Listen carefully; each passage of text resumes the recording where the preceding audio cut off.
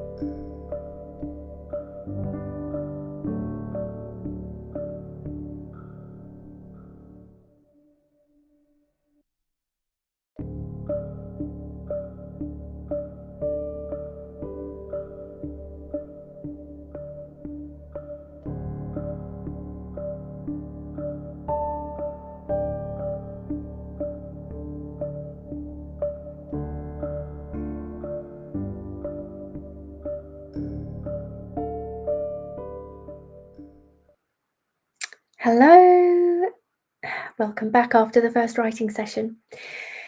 I hope that you managed to feel like you offloaded everything you needed to in that first 7-minute session. So now what we're going to do is we're going to go into the processing. But just before we do that, I thought it might be good just to check in with ourselves, just in case through the offloading there, you might have found that you were writing about things that made you feel tense, or even if not that, it's just good to kind of just check in and just make sure that we're not tensing, all right, and that we are feeling a little bit more relaxed. So let's just do a quick breathing exercise. Take a big breath in and let it out like a big sigh. So, and as you're letting out that big sigh, just imagine a release. A sigh can be quite releasing for our nervous system. So let's do another 2 of those. So big breath in and out like a big sigh. And one more, big breath in and out like a big sigh. Checking for any tension anywhere. Just make sure that you're not clenching, and if you are, just shake that part of your body out. And so now we're going to go into the processing. So what you can do for the processing is pick one of the things that came up for you in the offload and just follow the thread of what intrigues you or makes you curious about that thing or that you want to reflect on. And keep writing, keep writing, keep writing. Preferably past the point at which you want to stop. You might feel like you come to the end and that's it, I haven't got any more to write about that. Try and just push yourself past that point. Sometimes if we do that, we can write down to a deeper level about the thing that we're writing. So see if that works for you. If you really haven't got anything to write about with regards to that, choose something else from your offload. Follow the thread of that. Follow the thread, keep writing, keep writing, keep writing. And then if you come to the stop, just try and go past that. See if there's anything. Just pick up on anything, even if it's, I don't know what to write. I don't know what to write. I think I'll finish with this, finish with this, finish with this. And then something comes, go with that. If there really is nothing, pick something else from your offload and go with that. And if you feel like you've come to the end of all the things on your list, what you can do is set your intentions for the week to come. And that can be based on what you've written about tonight or something separate because you've got certain things coming up this week and you want to give yourself a moment just to set an intention about how you would like that to go. All right, so this is another 7 minutes